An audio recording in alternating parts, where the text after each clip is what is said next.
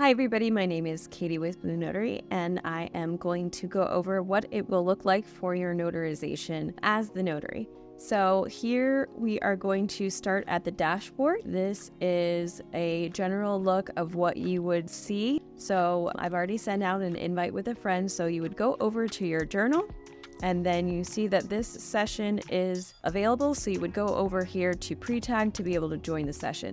Now, if the customer has already started the sign-on process, you would be able to see that right here, and then it would turn into join session. Otherwise, you would just go right over here to pre-tag. Okay, so then you would click allow and allow, so that gives you access to both your microphone and camera. So then this is the general look of what everything will look like, and then your notary will be right here, and then the actual signer will pop up right here as soon as they are available. So the first thing that you want to do for your notarization after they come into the session is obviously greet them, let them know that you're going to be the notary and that you are going to look over the document. At that time, what I usually do is I click right up here on these three buttons and then go to participant ID and status. So after that, I would look, make sure that it is Michael Lindquist, that is our mock signer. I would look at his driver's license. You would be able to see the client right here, make sure that the names match and the face matches the identification that you've used.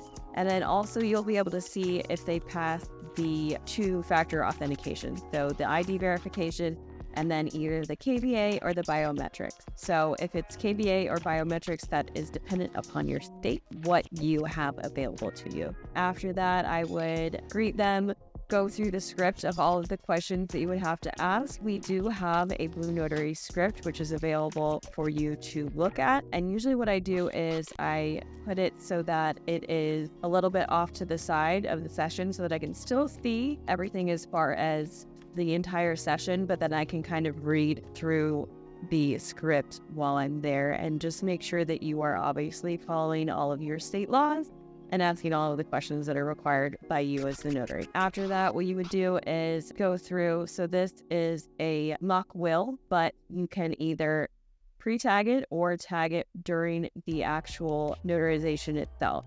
So usually what I recommend is doing a pre-tag. You can set it up as a template, or you can set it up during the invitation for the signer after you send it out. But what you would do is simply drag and drop the signatures of who needs to be in front of you. And then once you add witnesses, so let me show you how to add witnesses. This is how you add signers. So if you had someone else that needed to be in the session or anything like that, you could add signers. And then this is where you would add witnesses. So there's three different options. You can add a brand new witness. If you have a witness pool that you usually work with, you can add the witness right here. We just don't have any.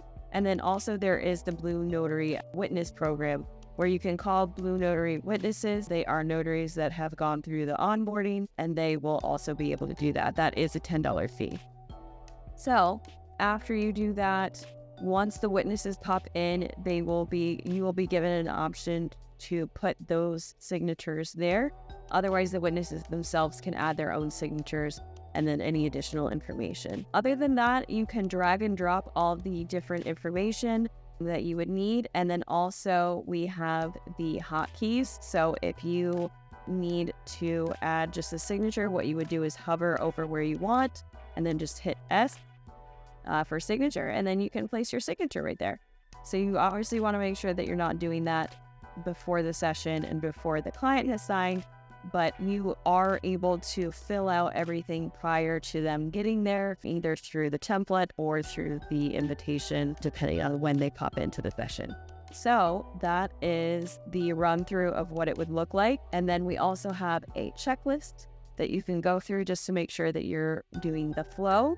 But after you've asked the questions, they've done the signing.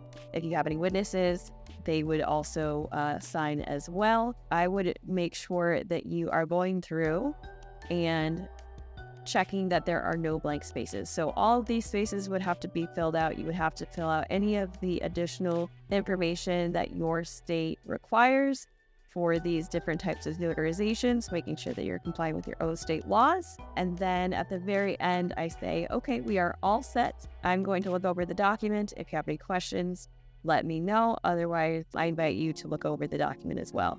After that, you would go ahead and click complete the session, and then that is it. They will receive a finalized document as soon as everything is complete, and then that is it. They'll be able to also access the documents at the very end through getting signed back onto BlueNotary, or what I also recommend is emailing that to them separately, just to have like another point of contact for you as the notary. But that is the general rundown of what a notarization would look like. If you have any questions, feel free to reach out and follow us along for more tips and tutorials. Thank you.